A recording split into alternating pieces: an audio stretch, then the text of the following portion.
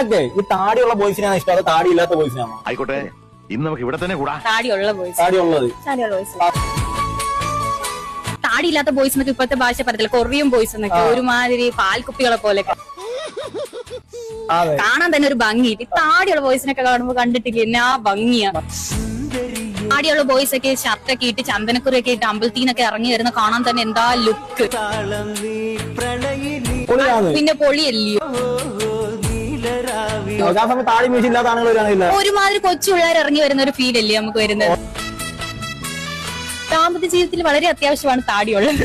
ആ ഇരിക്കെ പിടിച്ചോണ്ടിരിക്കല്ലേ, നല്ല രസമല്ലേ.